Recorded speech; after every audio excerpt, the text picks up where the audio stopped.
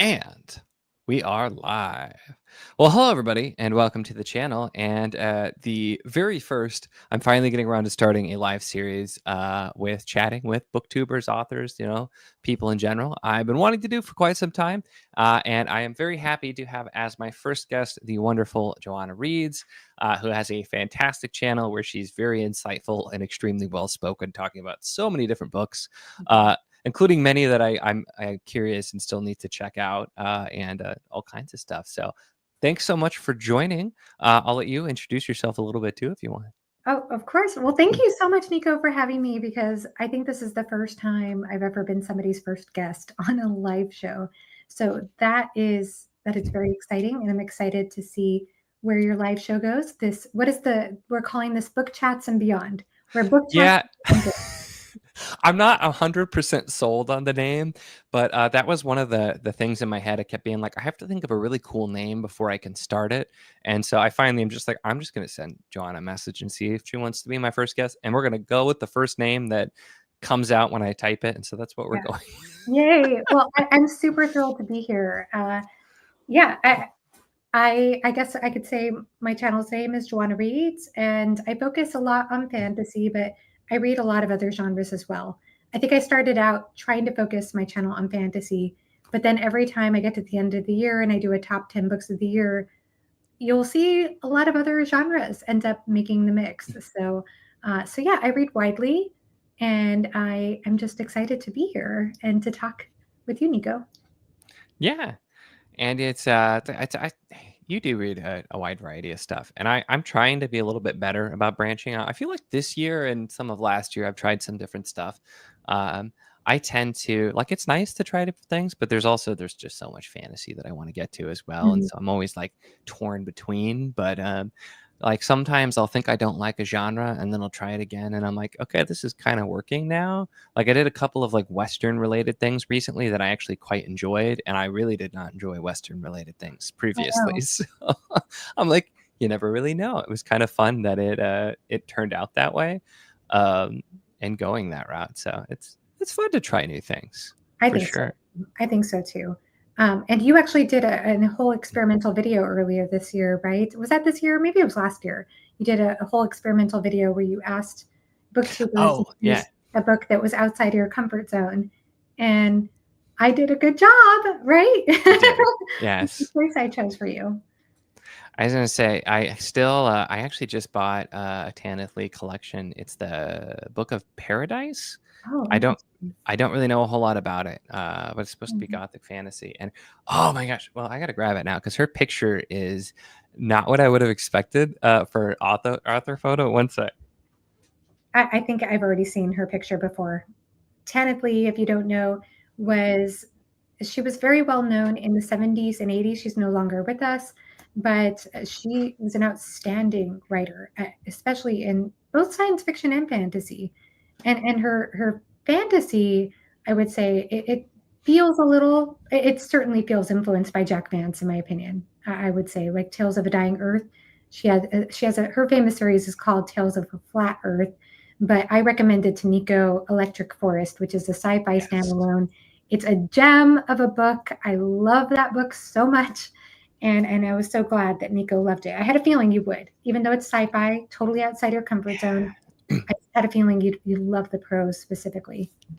Yeah, I am really not well read in sci-fi, and I've enjoyed some of the ones I've gotten. But there's the Secret Books of Paradise, I guess is what it's called. Oh, it's cool. like a series, but we have our very fitting gothic fantasy photo. Hard to see anyway. Like in that, huh? Nice. But yeah, no, I am really. I need to try it. Jack Vance is an author that I also really need to try, and I have not.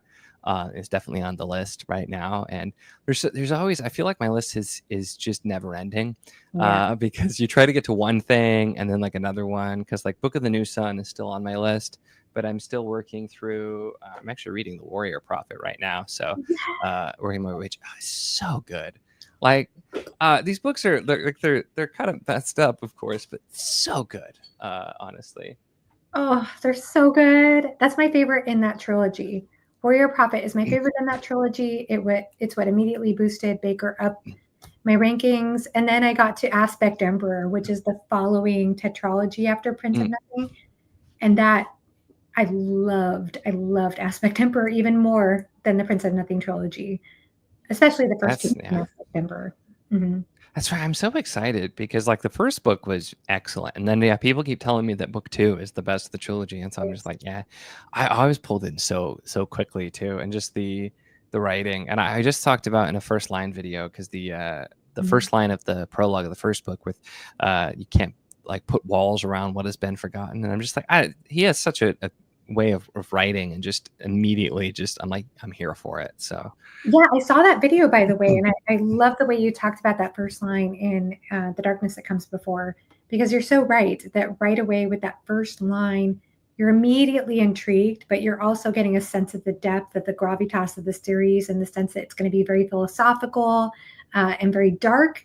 So I feel like you captured that pretty well. It's all captured so perfectly in that first line. So I think, by the way, I'm realizing that live chat is disabled, and I don't know why YouTube has disabled live chat, for the record. So if you're trying to chat, I apologize. I don't know why YouTube doesn't want you to. I was wondering why I wasn't seeing any comments on StreamYard. I noticed, and I just jumped into the setting, and it says live chat is disabled for this stream, and there's like a learn more button, but it gives no information. It just says either if my channel's made for kids, which it's not, or if they feel there's a safety issue. So I don't know what that means. I've never had that happen before. One second. I'm going to mute my microphone for a minute. Oh, no worries. Can I post a comment?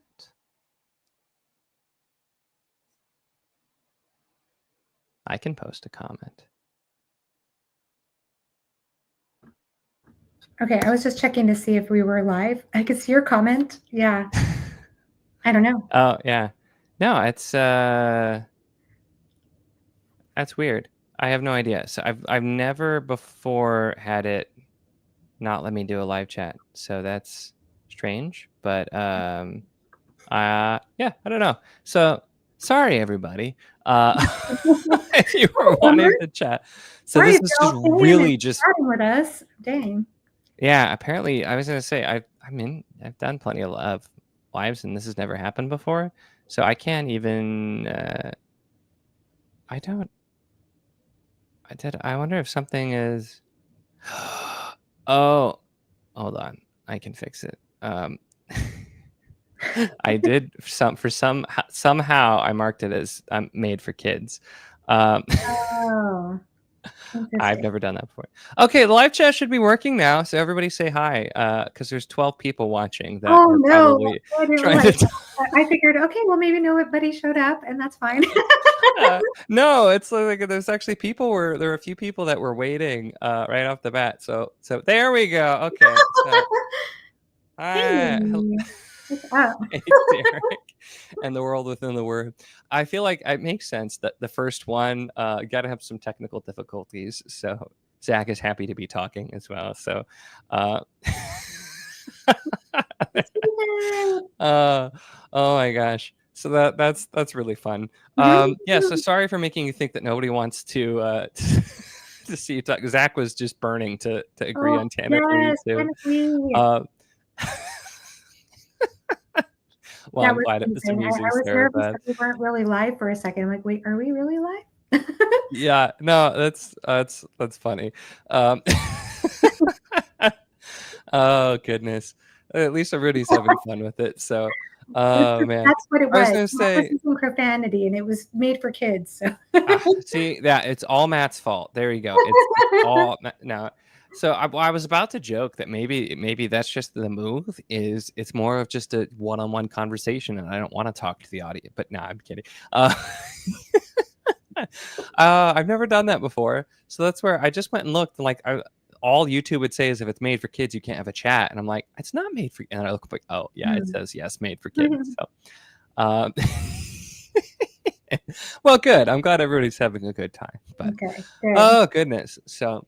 Well, and we were talking just before too. there are no like talking points here. I figured just kind of fun, casual conversation.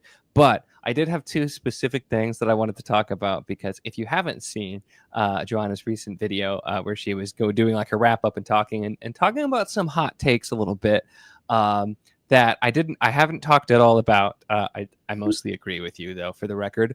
But I'm still so curious to talk about if you're down. So chatting a little bit first about old Empire of Silence, because so there's a lot of people doing buddy reads for this, and I was doing two different buddy reads. And the most interesting thing though, so my kind of base thing here is I do think there was a lot of stuff that was kind of derivative. I was a little disappointed, but I found the prose really engaging. And that was what really pulled me through. And you, I know, had said that the prose didn't necessarily pull you in. So that's where I thought we really differed. So I was just curious on that.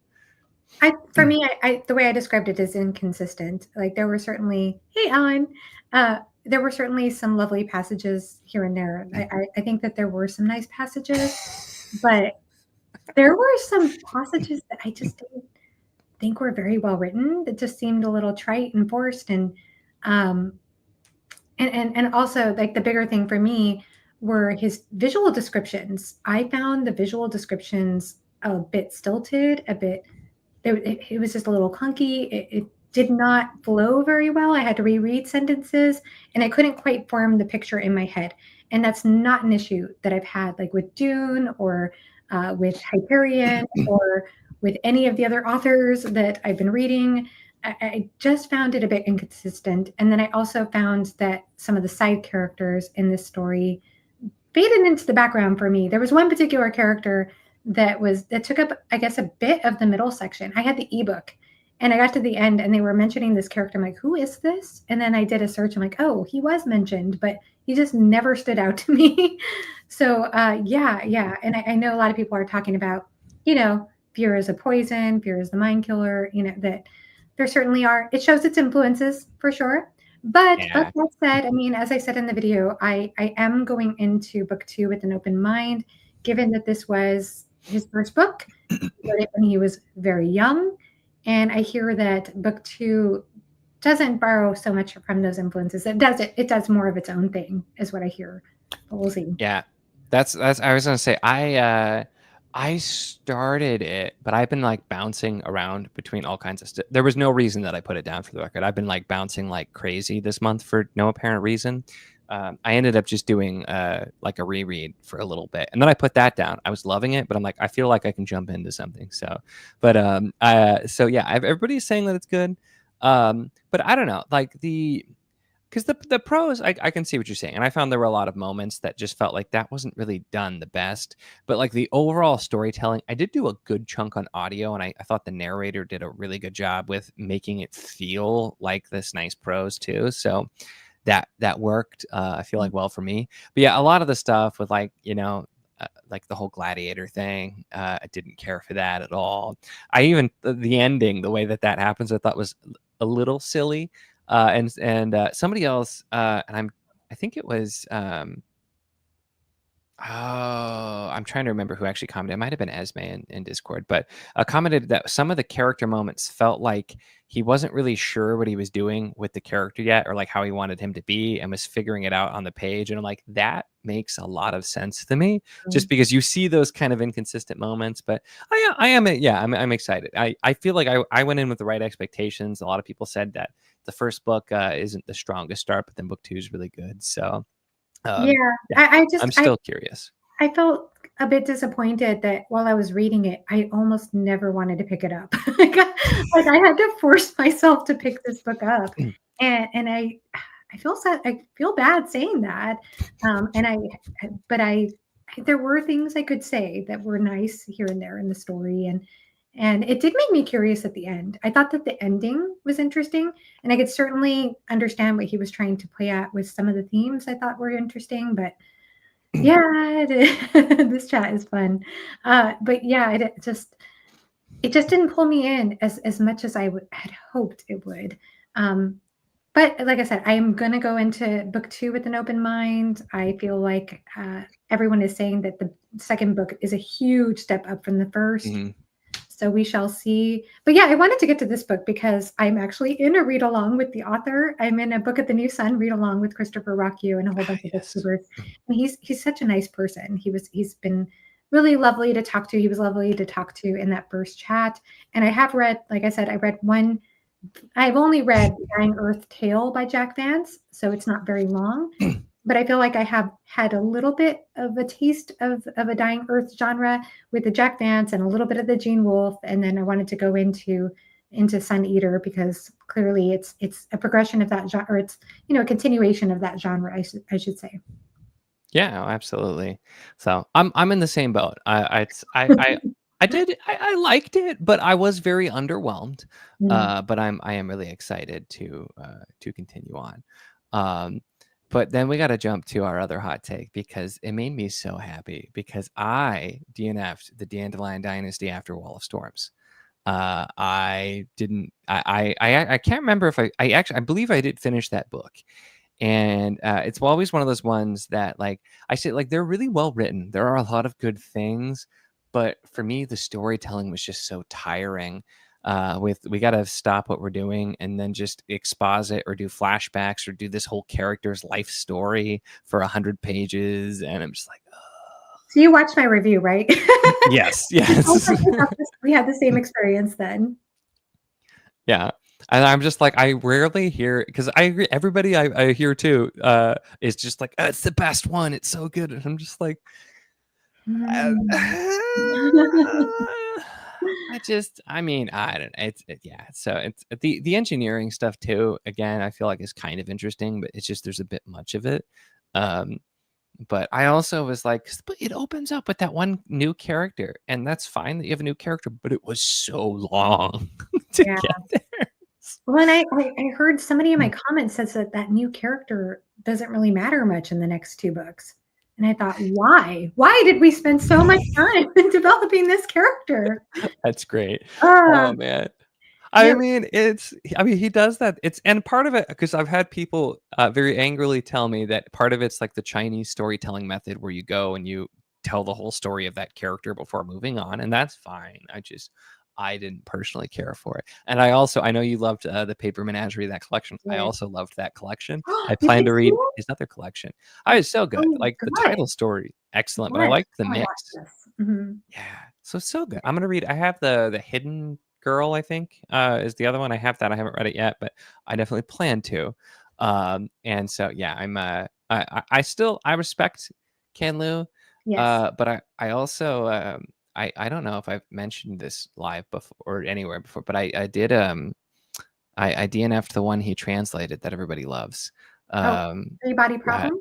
yes. Mm. Oh, could not get into that at all. I tried physical, I tried audio. I just the writing, it just like it would not work for me. I don't know. So, granted, he didn't actually write that; he just translated, I think, some of it, but couldn't. I couldn't. Yeah, yeah. No, it sounds like we're in the same place, though. I have not read the Three Body Problem yet, but it sounds like we're in the same exact place with Ken Liu because I actually really enjoyed The Grace of Kings, and I didn't expect to because I expected it to be very much like how people talk about Sun Eater, where book one is the weakest, and you're gonna love book two. It's gonna be such a huge step up. Well, I liked book one quite a bit, and I loved the Paper Menagerie short story collection. I mean, it almost made my top 10 last year. It just barely missed out. But then when I got to Wall of Storms, I just felt so disconnected. I felt so distanced with the flashbacks and all these big overviews and then the repetition. I don't know if I'm the only one. How'd you feel about this? Because hey, Andrew, by the way, I want to know how you felt about that repetition thing because I think I'm the only one that's been like hating on the repetition device he used. The most So interesting thing. The most interesting thing. Oh gosh. that made me laugh. I'm not going to lie. I don't even recall because I did like the first book, but I Mhm. had some similar issues. And book four I also thought was good, but I just kind of like I don't know. I didn't stay with me very well either. And so Mm. I don't specifically remember that. But I had so many other issues that I just was struggling to be engaged anyway. So that would have just been like the icing on the cake, I feel like for Yeah. me. Yeah, So and for me, with that book, with Wall of Storms, I didn't feel like I didn't hate it by any means. Like that thing did grate on my nerves after a while. but I did. I just felt I felt kind of distanced by the end. Like there were some things I liked about it, but I didn't feel great emotional impact where I should have felt a lot of emotional impact.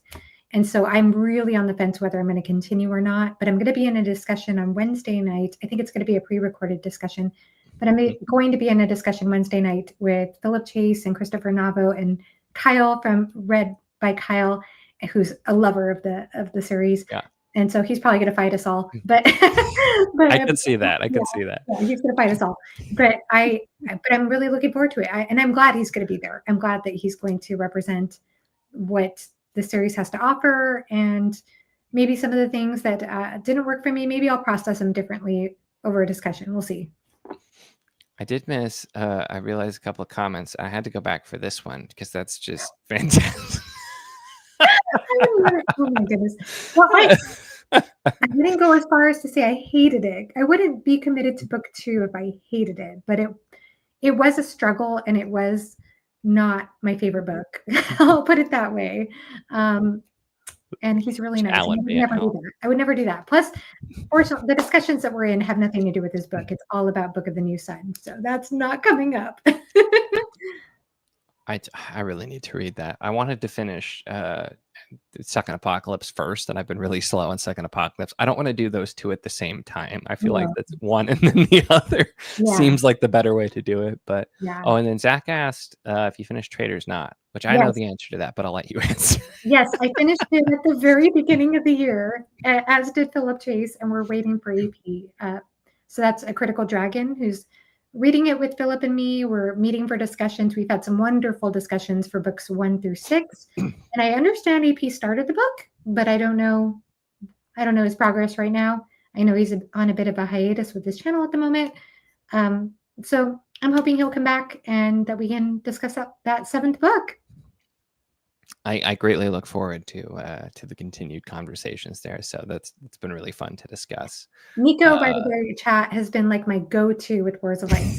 You are my go-to. I message him all the time when I'm reading the books and ask him a bunch of questions, and he just enjoys keeping me in the dark about all the big reveals that are to come. So it's so hard because the amount of times I've been tempted to tell you, and I would never do it, but the amount of times I've been tempted to tell you spoilers. But it's also helping me. It both, whenever we talk, it both makes me want to immediately drop everything and reread, and it also makes it slightly easier to not do that because I'm like I'm living vicariously through you as you read. I'm like, oh yeah, I remember that coming up or this fun thing. So it's a fun time. That's why it's so fun to talk about books and everything here too. Yeah. I can see that. The prose was a struggle for me. And we got Evie. I don't know what that is, Andrew. Pale Horseman. The Pale Horseman? That's not ringing a bell for me. Yeah. People are very excited to see Evie. We love Evie. Hello, Evie.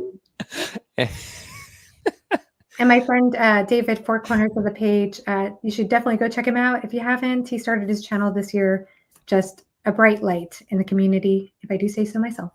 So yeah. We'll put back on the screen here for Four Corners of the Page. Yeah, he was actually messaging from Scotland, so it's ridiculously late over there right now. Oh gosh. Yeah. But I've had some wonderful collaborations with him lately, and just a wonderful person and wonderful channel. And Tom, we got Tom. As I say, man, we have a really good crowd here, so that's awesome. Tom, I love Tom's channel too. He read Empire of Silence. Yes. I actually saw his video today, Tom. I'm sorry I haven't commented yet, but Tom is really enjoying Empire of Silence so far. So I don't listen to Nico and me. I mean, obviously, a lot of people love this book. So if you're interested in Sun Eater, please don't let me discourage you. Oh, I think it looks like he's heading out here. So I was scrolling through. I'm so behind on the chat here, but some back and forth here. Now everybody's talking about Kyle. We'll skip over that though. We have Anitha here as well here too. Anitha, Anitha. Apparently, it's Bernard Cornwell. I also got in trouble for not liking The Winter King recently. Oh, I think I saw that. Yeah.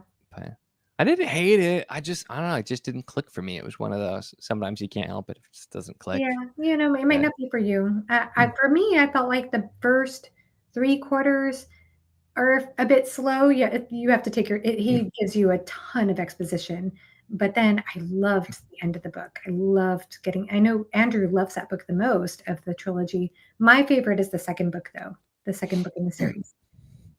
I might have to at some point stop being a grumpy old man and just continue. Like I said, I don't know. For some reason, I didn't fully click, and I did think the ending was really good, but it was almost like I was having an out of body experience reading it because like the Mm, analytical part of my brain is like, this is good.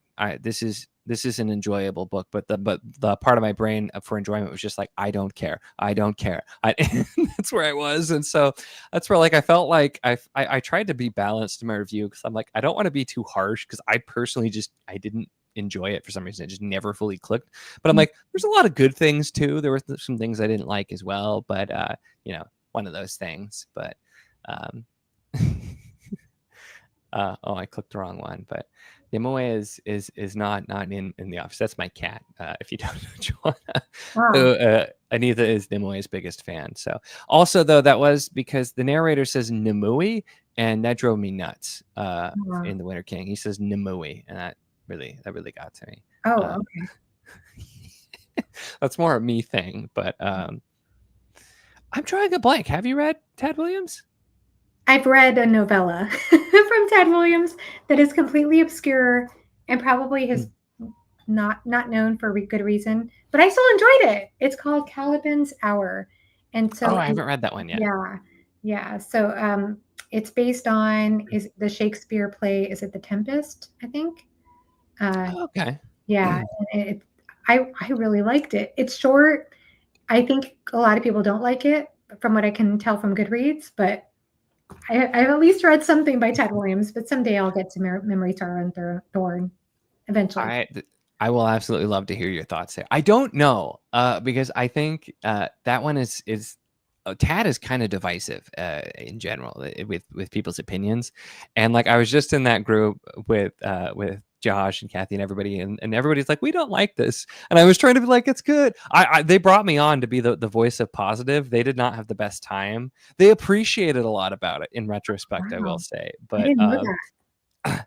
yeah, they were not they struggled a bit with it, but then and thought especially book 2 was just like too long and a slog. But then the really long book they mostly enjoyed, which is funny because that's kind of how it goes. But it is slow. The Mm, writing is wonderful though, and Tad Williams is a phenomenal writer, and his prose is excellent. But it's people are very mixed on it, so I'll be so curious and like I love it, and I hope you love it.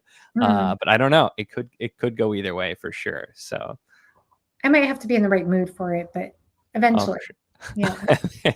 And Kyle's right. So I was speak not his name and he will appear. I just think, yeah, Kyle, you're going to have your work cut out for you, though, I guess, because we have some hot takes on Dandelion Dynasty.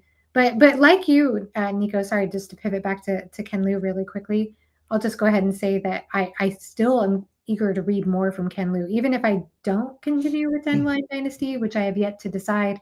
But I still would read other books by him. I'm actually curious about the other book that's coming out later this year. I almost entered a contest to get an arc of that, and I didn't Mm, because I didn't want to not like it and give a negative arc review. yeah. That's when I am already unsure. I don't like to do that. So, but I am curious because I think he's a really good author, and it was again similar to some of the other ones we've talked about. It was very much just subjectively didn't work for me. I did have some issues, but I think there's some other things that he did quite well. Mhm. Um, yes, you all should read Tad and then come talk to me about it because I enjoy. Yeah, Mm. Shadow March was for me the book where I understood people who think Tad is too slow. Shadow March was too slow for me, and that's saying something. I haven't continued that series yet. Everybody says that it is worth it in the end, but that was a struggle for me. And like I'm the one who devoured Memory, Sorrow, and Thorn like it was fast paced, and I loved it. That Shadow March was slow.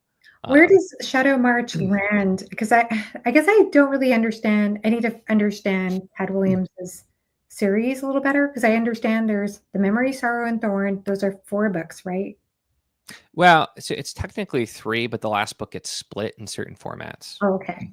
And then there's an extension series after that. Is that the case? Yes. So this is Memory, Sorrow, and Thorn, and I have the original hardcover here, which, yes, Andrew's going to say was originally his, which is true. And Mhm. then there's Last King of Austin Ard, which is the 4 novels and 2 novellas, because Tad always writes 7-book trilogies. Which that's the one George R. Martin blurb that's not blank as it ought to be written is his blurb for the Dragonbone chair is inspired me to write my own 7-book trilogy, which I think is a great blurb. Oh, I wondered about that because I heard somebody mention in a video today that Tad Williams's books inspired, or that Memory, Sorrow, and Thorn inspired George R. R. Martin to write A Song of Ice and Fire. And I Oh didn't well, know. so Go ahead. yeah, so Martin actually lifted whole scenes from the Dragonbone chair to do them a little bit differently. So when you read Dragonbone chair, you will recognize certain scenes that are in Game of Thrones, the first book, because he did it as kind of like a response, and then he goes a bit like darker and different with certain things. But Oh, like there is a scene very early on where a character is like jumping on top of the castle.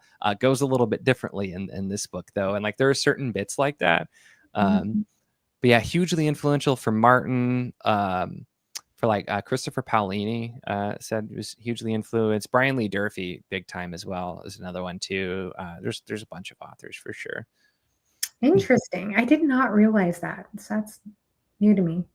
Yeah, and then I've heard, which I think I don't think I don't remember if we talked about this in the interview, but the new series is kind of coming back to Martin and kind of in a way like responding a little bit there with some of the things he does, because he definitely pulls a Martin for a certain thing in there with what he does, for sure. So I've been ignoring the chat again here. It's okay.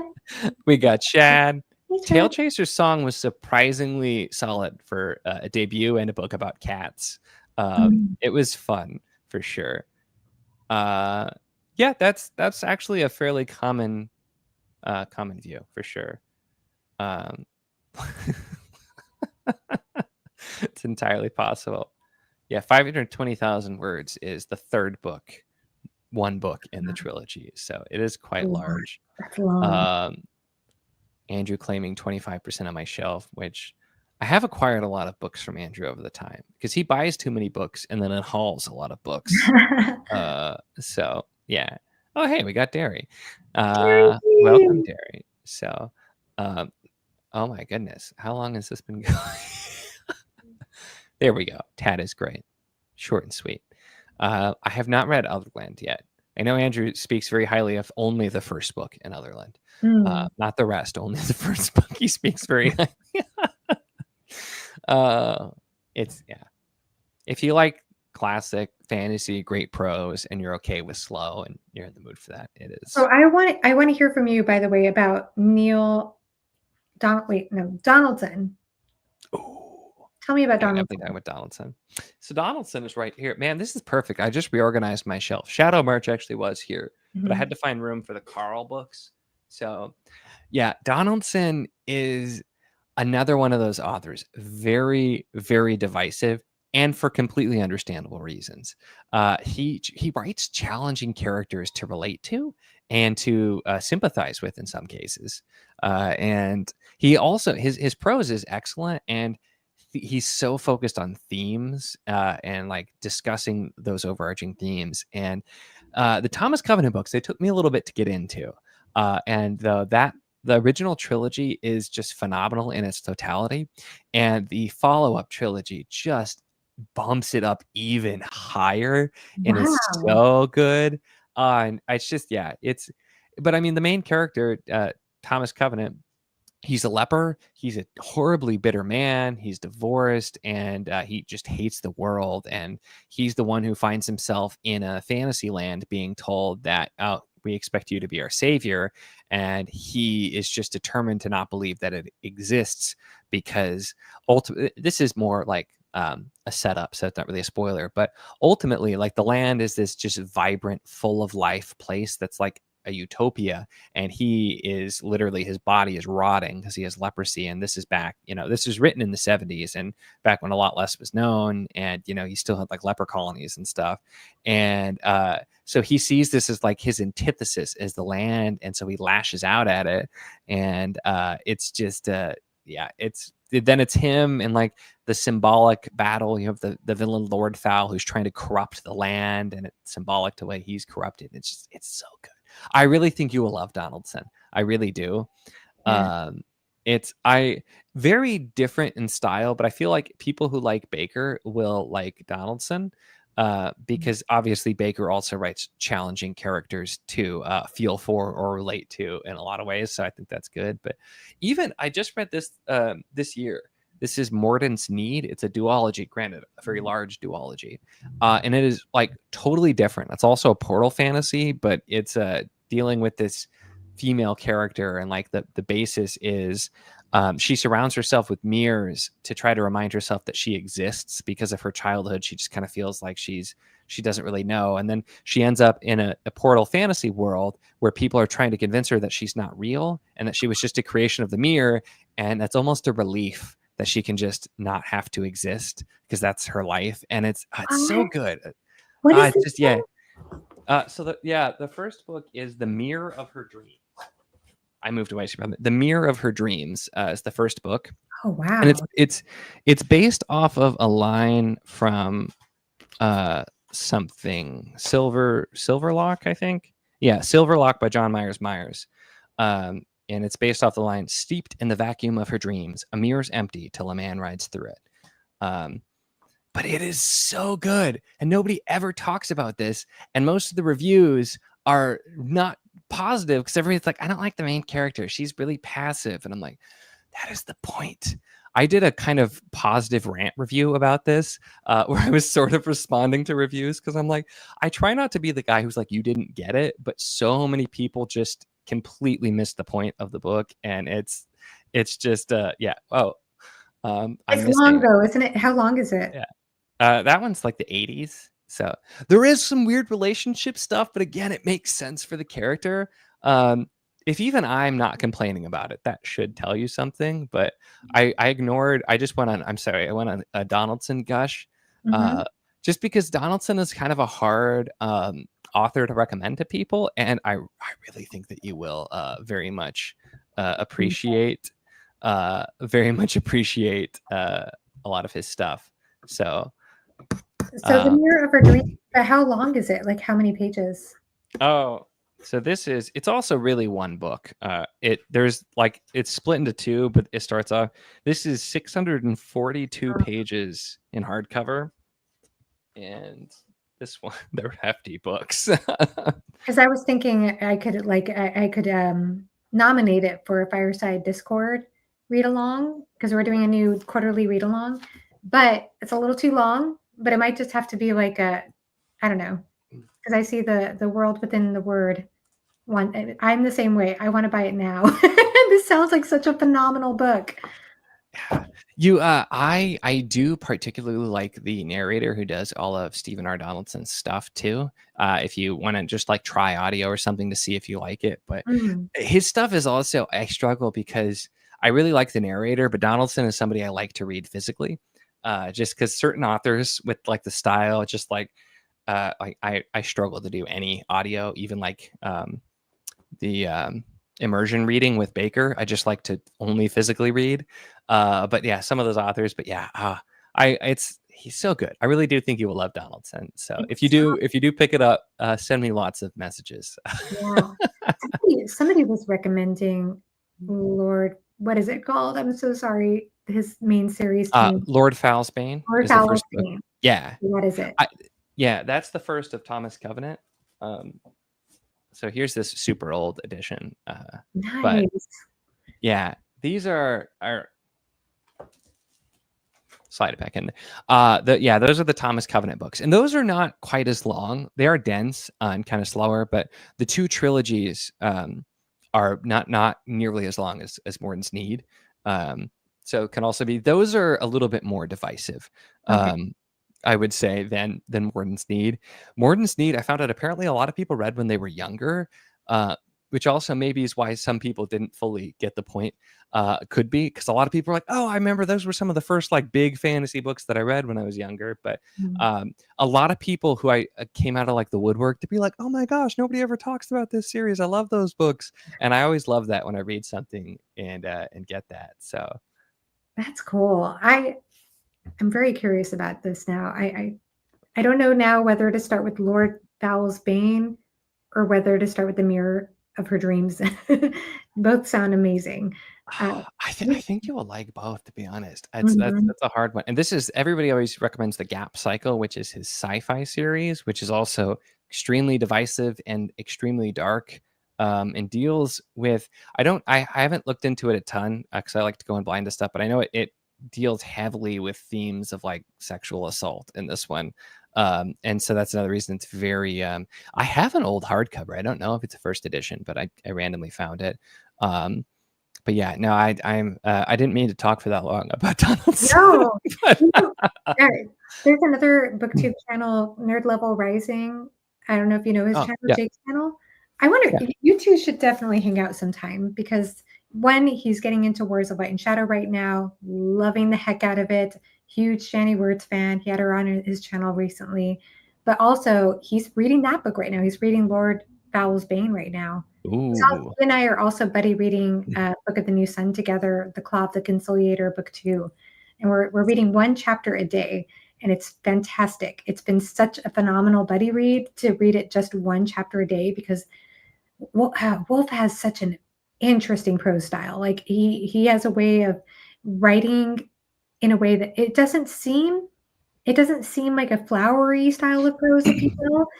It's not nearly like he doesn't write long, complex, long-winded sentences or anything like that. He writes fairly clearly, but it's still so cryptic the way he writes. It's a strange paradox, and there's so much that he hides. And we were talking about this actually on Matt's channel the other day about how because he's read the book like 4 times, and he talked about just how in control of the narrative he is, where he shows you what he wants you to see, and he hides so perfectly what he doesn't want you to see until you read it and then you see it all. But my goodness, it's fascinating. I think it's not an easy read. It's not an easy read. It takes me a lot. I'm putting a lot of cognitive load into my read of that book.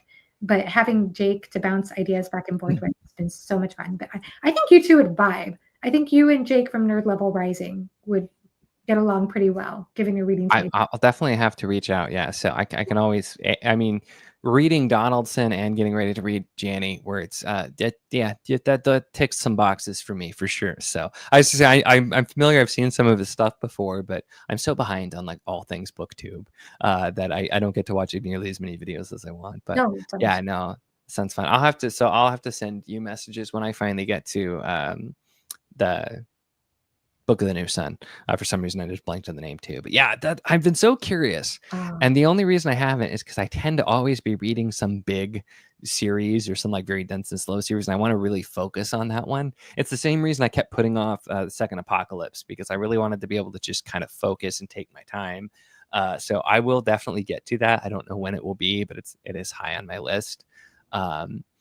But it's just I'm so excited, and they're definitely, I know there are a few of us Donaldson fans around on BookTube, because again I'll see like the channels who I know are fans that I'll come out to and talk about it. And so it's and I will say, as I have heard some varied things, but several people have said the last Covenant books are terrible. There were 4 that were done like 30 years later.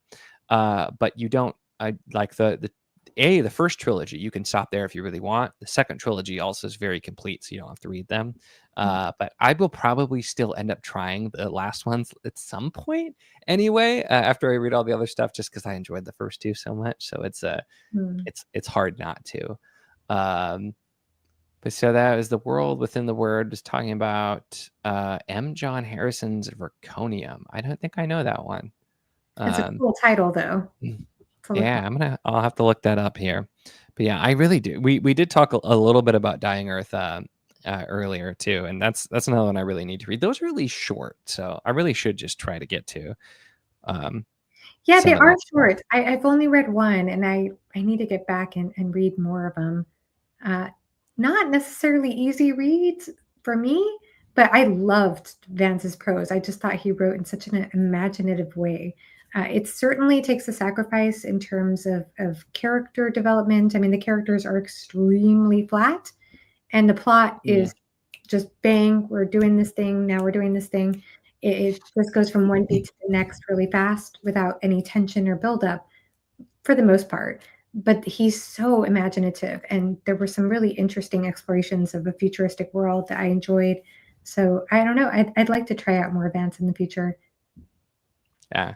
There's just so many. There's just so many authors, so many books, so little time. So that's what I was just talking. I need to actually. I used to have like a list of here are like the big series that I need to get to or that I'm in progress on, and it's become more of just like a mental list for a while because I've had so many different things. I need to actually like go back and look and be better about keeping track, so I don't forget anything. Just because there are so many, Yeah, and every time I like finish something, then there's just something else, and so many of them are long, which is my fault because those are the books that I like. I yeah. tend to like a lot of really long series and very dense, slow reading books. And so it doesn't help with the speed of getting through things, but worth it. So, No, yeah. And I was going to ask you about that because I know Wars of Light and Shadow just topped it for you as far as like your favorite fantasy of all time. Have you found that, well, I guess you're enjoying the fantasy you're reading now, is what I'm gathering. So you haven't found that you've had like a big book hangover, difficulty finding new stuff. Sounds like you've still been able to find a lot though that's occupying your interest. yeah, I did after finishing it. I did. I like needed some recoup time just because also I read my art copy as like fast as possible and was like staying up way too late. I took a day off work just so I could read all day and try and get through because I'm like I needed to finish it. And despite like anybody who is a Janny reader, I know you'll take this with a grain of salt, but it moves so fast despite being so long because it's just everything is already there and on the table and there's so much happening and it's just I never knew if a series was going to take over Wheel of Time for me as my number one. And Wheel of Time especially, I've been reading it for 20 years and I've read the series so many times and I love it, and it's it was a part of my childhood and my teen years and adult life as well, and so it's hard to kind of beat that. But yeah, Wars of Light and Shadow, just the big picture, the things it does, the themes, there's so many things, and it's just it was part of me like discovering more of my taste too with with my preference for prose and some style and some of that. And so it took me a little bit. I found I sometimes like I'm a little less patient with books that aren't pulling me in. But I feel like partially is I had a lot of other things I was excited about to get to, and like that's where like I read like the second Thomas Covenant Chronicles and the one we were talking about too. I read those after. I knew I was probably going to enjoy them, but I did those after. I got to like Last King of Ostenard, the new Tad Williams was after, and so I've still been reading. I feel like just a lot of great books, and also Guy Gabriel Kay was the secret to me not just feeling like nothing else was going to work for me, because after finishing Wars of Light and Shadow and then reading Lions of Alrasan Mm. and having that immediately be one of my favorite books of all time, I'm like, okay, I got lots of Guy Gabriel Kay. He's going to keep me through. And so hopefully I'll find somebody else after that where I'm like, I want to read all of their stuff. So I feel like subconsciously I'm like putting off reading Kay because I want there to be so much so that I always have plenty. Um, so Kay that's is so yeah, wonderful. Kay is so wonderful. I love it. that's true. It's not a live chat if Derry doesn't do Hob with the two hearts. Very true, very true. I'm actually Uh, reading Hob right now. I'm not making much progress. I'm reading very slowly this month because the Book of the New Sun read along is just taking a lot of my mental bandwidth. But I'm slowly making my way through Mad Ship and really enjoying it so far. that's the Live Ship Traders is I think objectively the best trilogy. It's not my favorite, but I think it is objectively the best, and most people will agree with that too. I Um, know my friend David, who was in the chat earlier, Four Corners of the Page, he does not think it's not his favorite at all.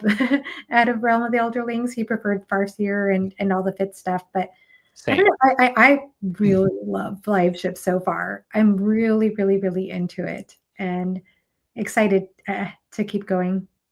Yes, Yeah. Flyship is It's so good. well, yeah, Tawny Man trilogy is my favorite, and Farseer too, but Liveship Traders is just it's really, really well written, I feel like, and there's a lot of good stuff with it too. And there's still, Hob has her quirks and everything too, as well. But yeah, it is very good as well here too. Um, He's such a great yes. writer, though. I'm in awe of her prose. I'm in awe of her prose because she has such a gift for dialogue. Like there are so many huge sections of dialogue that I'm just blown away. I'm blown away by because dialogue's not easy. I've read Yeah. some authors that are really good at a lot of things, but they can't quite nail the dialogue. And she gets dialogue. But she also has this way of Johanna passed Honeyman. No, what? Yeah. Oh, We won't talk. I'll let you, yeah, enjoy where sorry. you're at. You have a lot of good Hob to come. Uh, I after Tawny Man, I wasn't much of a fan, but that's okay. Oh, that's too bad. Yeah. Derry always gives me the like, I'm not mad, I'm disappointed, speech with it, which is worse. But so many people still love it. You very well may. So We'll totally, see. I totally. hope so. But I'm just impressed with her writing in general, like the way that she's able to create characters and a lot of people talk about her books being very slow. I think the slowness does come because, if you have the dialogue sections, of course, it's going to slow the pacing. I heard Jenny Words actually say that recently, that if you have dialogue, your characters aren't moving around. And that makes a lot of sense. But also, she has a way of just unfolding a picture so perfectly. Like, I just feel like it's so easy on the eyes when I'm reading her prose. It just has such a beautiful flow to it. And it's emotional. So even if it is quote unquote slower paced, there's always like a sense of meaning or emotion with what's going on with the characters, in my Oh opinion. Like yeah. that's just strongly comes through for me. So yeah, I'm loving my journey with her so far.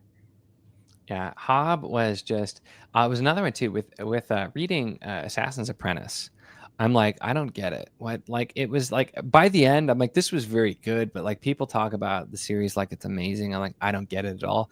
And then I read Royal Assassin and I'm like, I love this. I need to read all of this. And like I was so sold.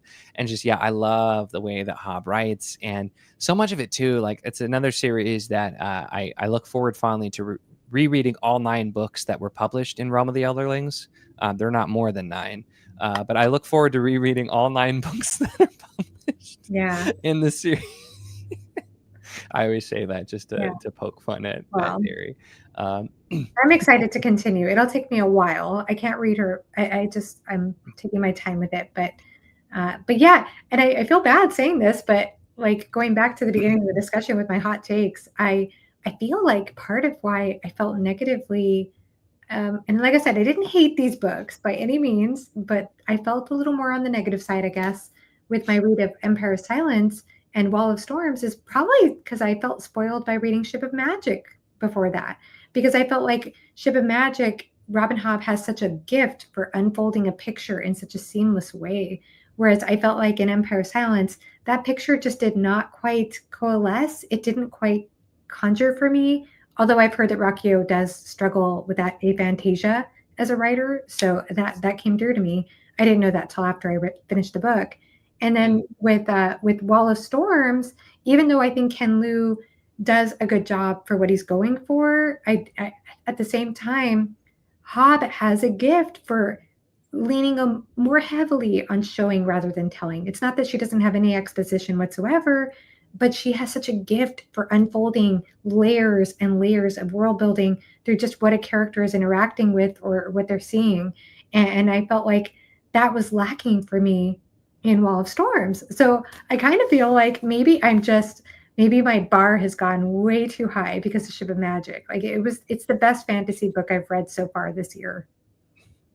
Yeah, no, I get it, and well, that's something too. I have that, and I feel like the more that I've really read just amazing, amazing books, I still enjoy other things, and I can still enjoy just a good book, but I sometimes, like I mentioned earlier, I have a little bit less patience. And this year, especially, I've noticed myself sometimes I just can't get something to click, and I'll bounce around because I'll read something. I'm like, this is okay, this is fine, but it's just not doing it. And Mhm. like, it's not even like I don't like this or I'm going to DNF, but I'll keep bouncing around until I just like I need to find something that's going to engage me enough. And that's where it is. Yeah, recently have you read Between Two Fires by Christopher Buehlman? I don't even know if I've heard of that before. So this is also I love this book. This is my favorite book by Buehlman, and it's one of my top standalones. Most people don't like it as much as I do, so it's another hard one to recommend. But I it's really great. I've read to it and listened to the audio, and I love the narrator and the way he does it too. And also I love reading this physical copy because it's got illustrations and stuff. But it is kind of like a historical fiction fantasy horror. Huh. um, it takes place in Spain during the Black Plague, Oh. and it's a literal like hell on earth happening because like God is busy, and so the demons are coming and trying to like take over Earth, and that's where the Black Plague is coming from. And Writing this down now. And yeah, in the chat, it's we're another one, talking about it. Yeah. it's another one I think you would enjoy. And yeah, and so there's this like kind of disgraced knight who is with a group of bandits, ends up like going rogue against them because they capture a young girl, and it's too much for him, so he ends up kind of escorting her, and she's like chosen by the angels to do something and doesn't know what, and they're kind of just traveling. And it's the horror bits are there are some like cosmic horror and like creature things and religious horror in there, but also it's just like it's literally the Black Plague, like it's pretty horrific there too. And so it's just I don't like, it's a book again, and a lot of people it does not mesh with well, but something about it pulled me in immediately, and it's so good. So it's another one I definitely love, for sure. You We got had some some more. positive takes in your chat about that. I love Derry Hey, correcting me about this. That was the best comment. Can you highlight that again? Hob doesn't make the bar too high. She keeps your standards high. that works. Yeah. Love you. I love you so much, Derry. Oh, that's fun. You must be talking to different people. Like I've tried to get several people to read it, and they're like, eh. And I'm like, I need to talk to who you're talking to because I really love it. So The Bear and the Nightingale. I have not read that one. I've read it. Um, Mhm. is that one I should check out? I'm guessing here, but I know Um, I've heard of it. I liked it. Yeah, so it's the Winter Night trilogy by Catherine Arden. Oh, okay. I knew that sounded familiar. Yes. Okay. Yeah, it's Russian folklore inspired. And I liked the Russian influences in it, the Russian folklore influences in it. Oh, Evie adores this book. So I did read this because of Evie. My favorite of that trilogy might be the second book, but I did find myself very emotional in the third book. I don't know, actually. I don't remember if it was the second or third book that was my favorite. But yeah, it's Okay. very beautifully written. It's more whimsical, folklore inspired type of fantasy. The magic is super, super soft, and there are like, you know what I mean, like little fantasy, as I recall, like fantasy. There's definitely some like fantasy creatures, if you will, but I did find the magic. The only little tiny criticism I would have of that trilogy is I felt like the magic stretched so far soft that there was almost this idea that if you wish for it enough, it'll come true. You know what I mean? Like, Mm, but I mean, I do prefer softer magic in general, and I think it's beautifully written. So yeah, I mean, you might like it. okay. You need to tell me because I know you hated uh, Mercedes Lackey. What was it? The Arrows Trilogy. I had such high hopes for the first book. I really appreciated it, and the rest of it did not go well for me. I feel like I was probably a little too harsh on it, and it was because I enjoyed the first book so much, It and changes a I lot just though in felt books 2 and 3. so let down. And so, yeah, so I don't, and I don't tend to do the best with like whimsical fairy tale esque types of stuff. I would Not say really my Winter. thing. Yeah. so that's where I knew I'd heard of that one years ago. I remember that getting talked about, but I think that's probably why I haven't read it yet, because I'm not sure. But I'm willing to try stuff like that too. So I do like to mix it up a lot, and I have been doing that more and more. So totally good. Um, Deeply immersive coming of age. Yeah, it's true. So I appreciated that book so much more after continuing. Even before like getting air, there's so much more it gives. So Paradise Lost-esque beauty mixed with Berserk-esque abomination. That must be for Between Two Fires. That is a fascinating description, but I can see it. It is, there's a lot in there. So Evie, I have a hold at my library currently for The Spear Cuts Through Water. So when it is returned, I will read that book. Nice. I've been curious on that one. Nice. So, and Heidi, you did miss Tanith Lee. We like two or three different times we've talked about Tanith Lee kind of throughout. So, but Electric. Well, now you tell me, Derry. Gosh. Yeah. Jump back to. Yeah. Yeah. Oh my gosh. If you hate it, oh no. Oh my gosh. That's too fun. Rift War. That's it. I don't think you have, Johanna. That's Magician Raymond Feist. I have not. No. Who was it that was talking to me about this recently? Someone was saying it was really good. I can't remember who I was talking to about this recently. I've got mine. There's Magicians right here. It's got the Don Mates artwork on it too. Oh, cool. Neat. But, that's it. So it is. I really enjoyed it. It's very classic fantasy, but with like different stuff. Books 2 and 3 are not as good. But the first book is excellent. And I still am. I'm going to read Empire, obviously. So. Yeah. I remember now. It was a friend of mine here in my hometown who's not on BookTube or in the book community. Yeah, she was talking to me about really loving that book or that series, and she'll listen to it on audio. She only listens to fantasy and sci-fi via audio, and I don't know how she's able to do that because I struggle when I do that. But yeah, it made me curious. She said that it had a lot of tropes, but it was still really well executed. So yeah. It's one of those older ones where a lot of what he was doing at the time actually was pretty fresh and different, which in his own words was because he had no idea what he was doing. It wasn't like he intentionally was trying to break the rules. He just had no idea what he was doing. It was his debut. But then a lot of the stuff is you've seen before. So they're fun books though. I liked the second two, not nearly as much as the first, but I did like them, and I plan to continue eventually. Magician just on its own, even if you just read that book, is an excellent book, and it works as a standalone, honestly. So for sure. Yes, you can hear a Tanith Lee in there. Well, we could just go ahead and say really quickly, Tanith Lee is an excellent writer. She's an underrated fantasy, sci-fi writer from the 80s mostly. I think she passed away in the 90s maybe, or maybe it was the 80s. I'm not sure. But the book that I first read and that I recommended to Nico was Electric Forest, which is a gem of a sci-fi book. There are some things about the book I think people might consider not aging well, but if you can look past that, it's still really, it's just a fascinating concept that she played with, and it completely fooled me. What I was into. That was Heidi. Absolutely loved it as well. Yes. She had picked it up after I talked about it when I read it on your recommendation, and was a huge fan. It's beautiful. It was really good too. It's sci-fi, but she has such a beautiful way of writing. That immediately.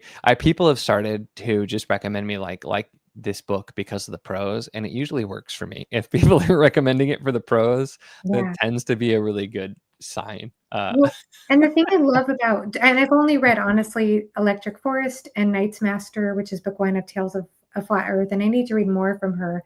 But one of the things that blows me away about Tanith Lee's prose is it feels very authentic and natural. Like she does, especially in Tales of the Flat Earth, which is more fantasy. She does go for the more whimsical type of fantasy story, but when she uses when she uses metaphors, which it's very rich in metaphors, it's very rich in like colorful language.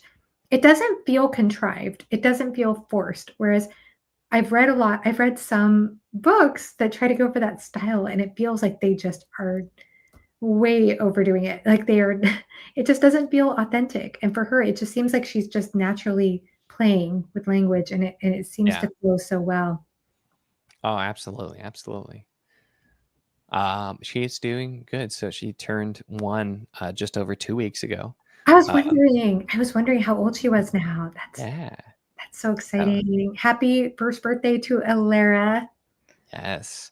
So she was going to bed just about when we started. So she was a little angry about that because sometimes she gets angry at bedtime, but she is doing well. And so is yeah, happy, healthy baby. So Yeah. we have, let's I'm scrolling through here. Yeah, Pug is the name of the main character in Rift War. Fair. Fair criticism for sure. I don't know why his name is Pug. Rift War. I read it a few years ago, and I did really enjoy it. Yeah, I still need to read Dot of the Empire. I was wondering if somebody was going to point out Fitz than Pug.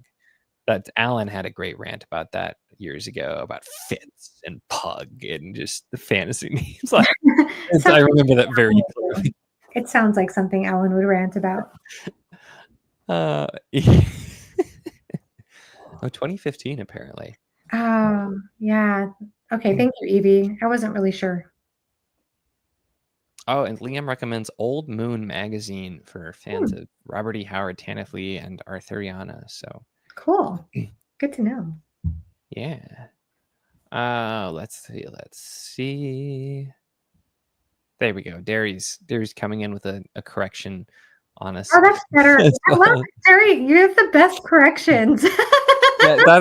That's such an elegant way of putting it. So I love you, Derry. You're the best. That's perfect. I need to remember that. It's of its age. I like that. So yeah, it is a great title. I wonder, Tom. I wonder if you would like Electric Forest, and it's not terribly long. It's not long. Yeah, it is quite a short one. Mm-hmm. Electric Feel would just start playing.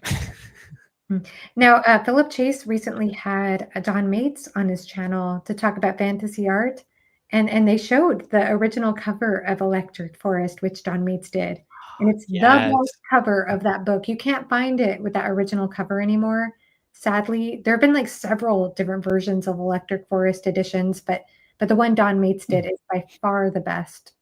Yes, and it's shown even on the thumbnail of Philip's video with Don Mates. Yeah, I tried so hard to find a good condition copy that wasn't breaking the bank to get. So I'm still on the lookout. I would love an original copy. I couldn't bring myself to get I ended up reading out an ebook because the new one just after seeing it, it just doesn't look right. It's so it just doesn't fit. And that original cover was so good. Yeah, I read it on ebook too, and I tried with the audiobook. I did not like the audiobook narrator, so you warned me away from it. Yeah, I don't recommend Electric Forest via audio. I mean, I have a friend who did that, who listened to the audiobook and liked it. But for me, I wasn't crazy about the narrator. So I did read it. And I highly recommend it. Matt, I think you would like it too. If you want something that's just different and interesting and thought-provoking, really cool stuff. Very evocative. Oh, absolutely. So, but we're doing well, Derry also. So it's my wife, I think, is also in the boat. As the couple of comments are like, how has it been a year? Because she's like, I don't know why my newborn is getting ready to start walking, but things like that. So it's an adventure for sure. Nice. I think she's going to be a really big menace when she actually starts running around. So she's like this close. So I think we'll see. So the biting sun or biting the sun. That's another really interesting name. That does sound interesting. Yeah. I've just seen you review David Keck's novel. Yeah, okay, so here's another one. So I'll be quick because I think we need to end pretty soon because we've been over an hour. But I tried to do a buddy read, and Heidi was a trooper. Heidi joined me, but then she ended up dropping off. But nobody else joined my buddy read. for they're actually right here. David Keck, In the Eye of Heaven. The trilogy is just Tales of Durand, but it is like really, really good medieval fantasy with just all kinds of weird, like crazy cosmic horror and like fun little moments like that. And the lore is amazing. It's so good. I highly recommend people check it out. It's one that nobody really ever talks about. Erickson has a fantastic blurb on this one too. And just, it's really good. I've talked about it a few times on the channel, but really good series for You're sure. bringing up so many cool recommendations tonight, Niko. Like so many that I haven't heard of. Well, people keep asking me about my my like books that nobody talks about, so that's why I'm like, I'm so excited. I love talking about books like this here too, and it's that one is. It did the last book in the trilogy ended up coming out like 10 years after, and like the first two were out of print by that time, but then Tor put them back in print. But it was one of those ones that never had a ton of support and never got really well known, and so it's just unfortunately it doesn't get talked about. And the first book, it was a debut, and there's a couple of rough patches, but it is really good. And then it goes through really strong. Just has so many cool elements. I remembered enjoying it. I had not read it in several years, but I've been enjoying it vastly more on reread actually. So for sure. But that's cool. How much do you feel the impetus to try new releases versus getting back to things piling up? I don't read a lot of new releases, to be honest. I just did 2 recently, so it's a bad example because I had Written on the Dark and The Witch Roads by Guy Ritchie and Kate Elliott, which both were very good. But I don't do a ton of new releases. What about you? I don't do a ton of new releases because I usually find I get disappointed with a lot of things that are new releases. I don't know why. It just hasn't worked out in my favor. I've had such poor luck with that in the past. But I mean, I wouldn't be opposed to it. I am, like I said, I think I said earlier, I'm curious about Ken Liu's book that's coming out later this year. And I'm just curious in general about the Guy Gabriel Kay book that you mentioned that you enjoyed. So yeah, it's definitely not like Lions or Arbonne, but it's very good, and it's a bit different too, and it's in some really interesting ways from the other stuff that I've read, and it has connections to Sarantium, those books, as well as Brightness Long Ago, even though I haven't read that one quite yet. Oh, I loved A Brightness Long Ago. Yeah, that is next. I need to get to it. Very good. I'm very excited because Ben has been trying to get me to read that one as well. Books with Genghis Khan from earlier, and Zamar was in here earlier too. They've both been like bullying me and telling me to read it. I'm like, I need to get to it. But yeah, it was. I enjoyed that one quite a bit.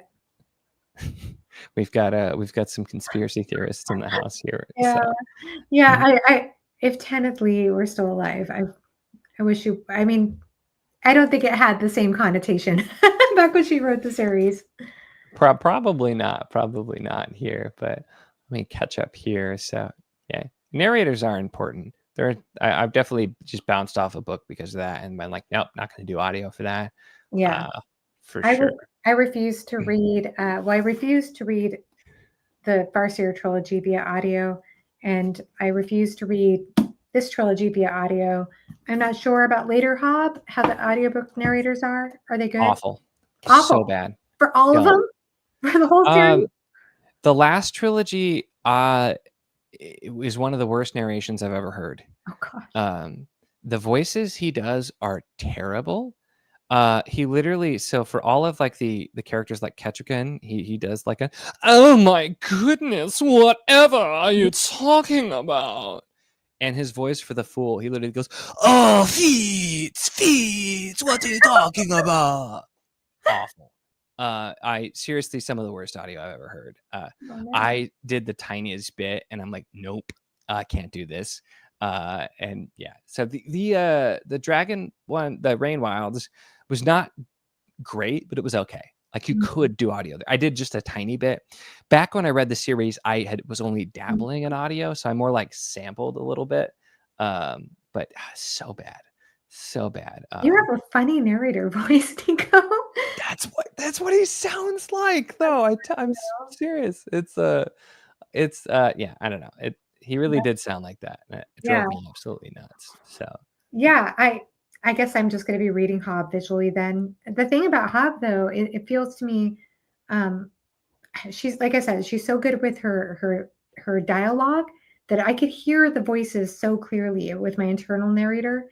So I don't know, with when somebody writes like that, then it's kind of a treat not to use audio if possible. But it does mean I get through books much more slowly if I don't have the audio available. Yeah, I've Oh, heard it's terrible. I've heard the audiobook is terrible for Farseer. yeah, that's my wife, who we made a deal where I Oh, read one of her books and she read Assassin's Apprentice. And she was really mad at me when she got to the ending, though, for not like telling her, because she was really sad. So oh. uh oh, Ben says the for Tawny Man is really good, apparently. Oh, So good to know. Thank you, Ben. Yeah, because I I I would be didn't try open that one. to I would be open to trying a Hob audiobook. It's just I know that they haven't been very good for the most part. Derry is very, like, every time I've talked about it, Derry's like, "Yep, Hob is for the eyes only," just because most of them Mhm. are not very good. So um, I'm not even sure what I was being dramatic about. Um, oh my goodness. So, oh God. I'm so excited about that. That's great. The Fool sounded like Transylvanian to me. Is like what I was getting, like a really over the top, because it was literally, it wasn't Fitz, it was feeds. I can hear I the Inigo Montoya in that. Fitz, you killed my family. That was awesome. This has gotten really wild. So I know we're going. You didn't want to go too much over an hour. We've been running, so I'll try to get caught up, and we could kind of wrap Oh, up you're fine. here. Yeah. Um, I don't. I missed something with what that's even referring to. I would honor. What was that one? I unironically I think that they like my fun voices got here, it. apparently. Fun So voices. but so yeah, agreement on Tawny Man having a great narrator. So I did only try the last two series and very little of it at that point. Uh, I can't wait to do those all. uh, apparently, I have sold people.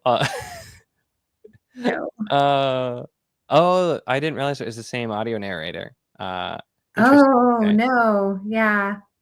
I so that heard would make a tiny sense. sample of that audiobook narrator, and those are all I have an Audible subscription, and maybe that's why, but all the live shipped, audiobooks are free for me right now, but I haven't caved into to listening to them because I heard a little sample and I thought, "No, no, thank you." It I doesn't didn't. sound good.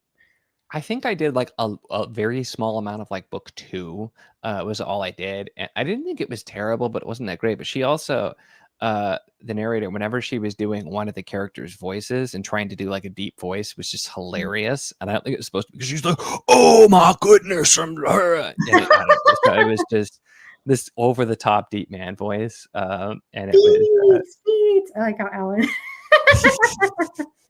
I'm so behind. Uh, That's funny. I feel like, I don't know, maybe I need to get into the market of badly recording audiobooks. So, um, uh, uh, oh yeah, my wife hates it when I was listening to these twice, because the sound it makes when people are talking, the beeping, like, irritated her. So Mm. she always got mad. Um, oh, that's too bad. Oh, I like Michael Page. I guess I'm in a different camp about that. I've been meaning to do a Malazan reread forever, and I thought about trying some on audio this time, Mm. but oh my I goodness. really think you can make or break your experience with the book. Beats, beats. Oh my The gosh, beats this are chat coming. I could absolutely crazy. So go. oh, oh goodness. Okay, Everybody so is upsetting Derry. Aw. I was not trying to sell those audiobooks at all, but I do I have been practicing my funny voices, because as my daughter gets older, I want to be like the best read out loud person, to make sure that she likes books. And so I do like every book I read here, I do like some sort of different accent, and I do character Oh, voices, and so I had a lot of fun with Lot of the Mist, or Lot in the Mist, which I wasn't crazy about the book, but it was very fun to read out loud because the characters say ridiculous things. oh, wow. Like some of the curses in there are like suffering cats or busty Bridget or like things like that, and they're like the curses are hilariously weird. So they were really fun to read out loud. That's amazing. I love this, Nico. I actually noticed it when you did that last video or that video you did recently about best first lines. You did use a little bit of a narrator voice on Yeah. videos, and I thought, that's cool that Uh, you do that. I didn't expect that. I don't even, I've just gotten really used to doing it. Whenever I read out loud, I do just like, I mix it around. And so, yeah, it's kind of fun to do that here. Mm. But, um, all right, guys, it's getting really late. Johanna's in Eastern time. And, I go to bed at like 9 p.m. because I'm an old man with a baby.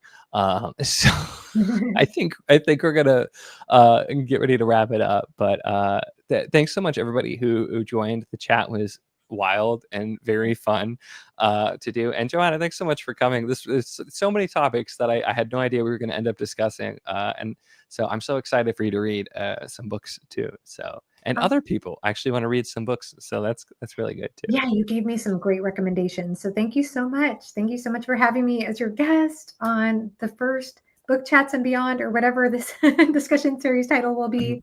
And thanks to everybody in the chat. It was fun. Yeah, so let me know in the chat as the sign off if you have a suggestion for a better name, but I won't call it Bookie McBook Chats, so don't try it. All right, thanks everybody. Bye. Bye.